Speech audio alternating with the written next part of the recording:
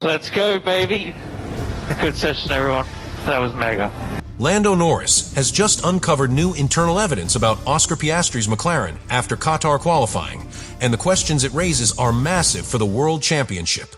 Moments after losing pole position due to a costly mistake in Turn 2, Norris received a fresh data packet from McLaren engineers that exposed a hidden performance behavior inside Piastri's MCL39 never seen before in the season. This evidence shows the exact aerodynamic phenomenon that allowed Piastri to produce a lap that shocked the team and flipped the title fight with only 2 races remaining. Before we break down the discovery, make sure you subscribe right now, because what Norris learned could change everything on Sunday. Qatar qualifying delivered one of the most dramatic shifts of the entire championship as Oscar Piastri snatched pole position with a lap of 1 minute 19 seconds and 387 thousandths, leaving Norris stunned by both the margin and the method. Piastri arrived straight from winning the sprint earlier that day and carried that confidence directly into Q3. Norris held the provisional pole, but one single mistake through Turn 2 opened the door wide for Piastri, whose second attempt delivered improved sectors and sealed the top position. The immediate analysis revealed that Piastri's McLaren behaved with aerodynamic stability that surprised even McLaren's own engineers. The MCL39 produced a perfectly flat platform through the high-speed sequence of turns 12, 13, and 14, generating massive downforce without the drag penalty normally associated with such load. The leaked telemetry showed that Piastri's car stayed glued to the track with a level of consistency that rival teams could not match, and Norris did not feel through his wheel. Norris's disappointment intensified when he saw the internal breakdown of his own lap. His mistake in Turn 2 was small in distance, but enormous in consequence. The car drifted wide, forced him to lift, and erase the momentum needed for the rest of the attempt. Engineers explained that even without that error, Piastri's stability advantage in the second sector might still have secured pole. The data showed Piastri found time thanks to a balance window that remained steady under load, while Norris fought a slight rear movement earlier in the session. The World Championship standings added heavy weight to the situation. Norris entered Qatar with 396 points. Piastri stood 22 points behind at 374. Verstappen followed only 3 points behind Piastri with 371. The front row lockout created a title scenario in which Norris must finish ahead of Piastri to maintain control of the championship. If Piastri wins and Norris finishes second, the title will be forced into Abu Dhabi regardless of any Verstappen recovery. McLaren's management now faces a political and strategic dilemma. With 2 drivers inside the title fight and Verstappen starting directly behind them, the team must choose whether to let both race freely or apply coordinated strategy to protect Norris's championship advantage. Andrea Stella and Zach Brown stated publicly that they prioritize the team, but Piastri has made it clear through his sprint victory and radio messages that he is not in Qatar to sacrifice wins. Comparisons to rivals reveal how dominant McLaren became. Verstappen's RB21 improved from the sprint, but still suffered heavy mechanical bouncing and braking instability. He described the car as rebounding violently in Sector 1 and struggling to remain stable over curbs. Red Bull's overnight attempt to adjust front-end stiffness helped, but not enough to match McLaren's aerodynamic strength. Mercedes also lacked sufficient downforce to compete in the high-speed direction changes that define the Qatar layout. The radios added an emotional layer to the data. Piastri celebrated with unrestrained joy, saying he nearly lost the car in Turn 4 but controlled the slide thanks to the confidence the MCL39 was giving him. Norris apologized repeatedly, calling his error stupid and admitting he was gutted because he knew he had the pace to fight for pole. These 2 messages created a psychological contrast that now defines the battle heading into Sunday. The calm confidence of Piastri stands against the self-inflicted frustration of Norris as both prepare to fight for a championship that could shift in a single decision or mistake. The central problem for Lando Norris in Qatar qualifying was that the session exposed a critical difference in how each McLaren behaved when pushed to the absolute limit. Norris entered Q3 with the speed to take pole and had been the stronger driver through most of the evening. Yet the decisive mistake in Turn 2 destroyed his final lap and opened the door for Oscar Piastri to produce what the engineers described as one of the cleanest aerodynamic laps of the entire season. The data confirms that the problem was not purely execution from Norris, but also a structural advantage in how Piastri's MCL39 held balance across the lap. The second major issue stemmed from the aerodynamic stability window that Piastri accessed and Norris did not.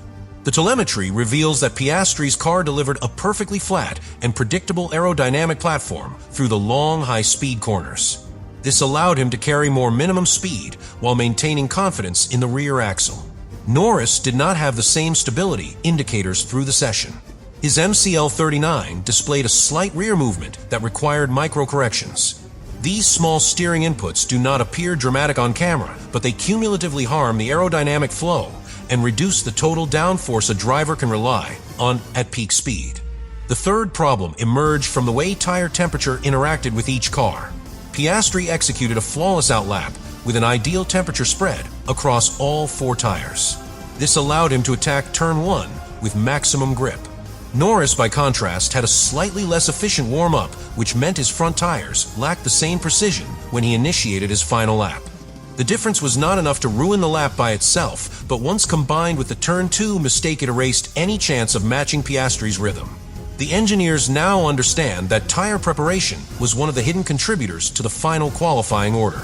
Another layer of the problem became visible when McLaren reviewed the aerodynamic load distribution between both cars. Piastri's chassis maintained smoother load progression through sectors 2 and 3, which allowed the underfloor to remain in a consistent downforce window. Norris experienced minor fluctuations that stemmed partly from his earlier corner drift.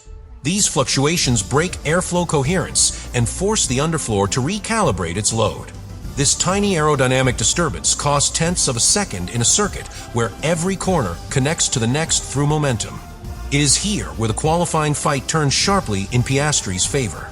The World Championship pressure added another major element to Norris's problem. He entered the weekend knowing he had the mathematical possibility to secure the title early if he beat Piastri and Verstappen on Sunday. When he made the error in turn 2, he was not only losing a chance at pole, but potentially handing Piastri the momentum to drag the championship contest into Abu Dhabi. The psychological weight of knowing that pole was within reach and then slipping away created an emotional shock that was visible in his radio messages.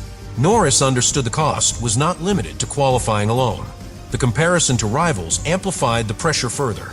Verstappen remains a direct championship threat, but his RB21 continues to suffer instability and bouncing that make it less competitive than the McLaren. Mercedes lacks the aerodynamic efficiency to match McLaren in high-speed direction changes. This means Norris's main opponent is not Verstappen or Russell, but the teammates sitting across from him. The internal McLaren duel has effectively become the championship duel, and the qualifying result confirmed that Norris must now fight Piastri under extreme internal pressure rather than relying on team advantage to carry him forward. The final problem is the psychological dynamic that developed immediately after qualifying. Piastri celebrated with confidence, describing how he pushed through a near slide in turn 4 while maintaining full trust in the car.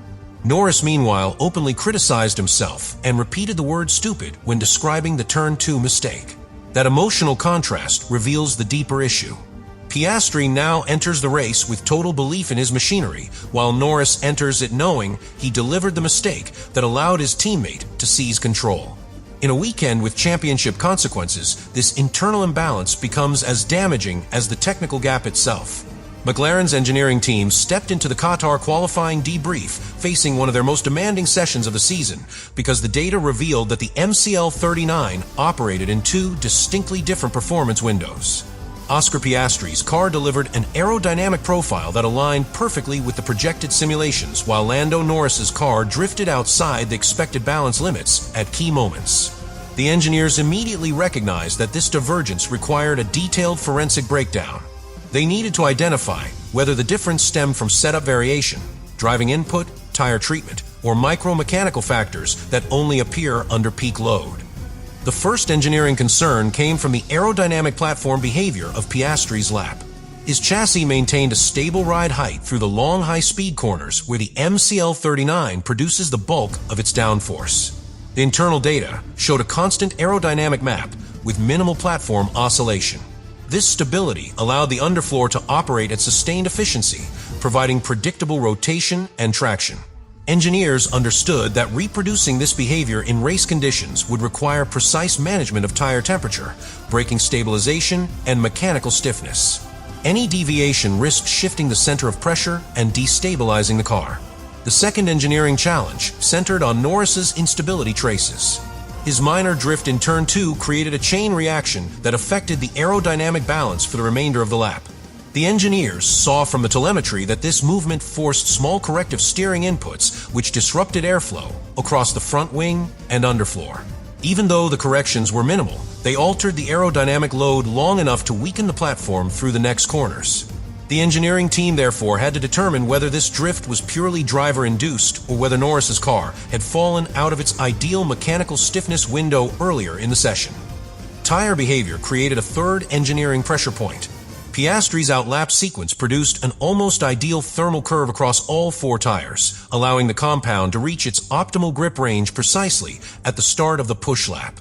Norris had a slightly less efficient temperature pattern, and the engineers now face the task of refining his tire preparation method to ensure the compound reaches peak performance without creating early corner instability.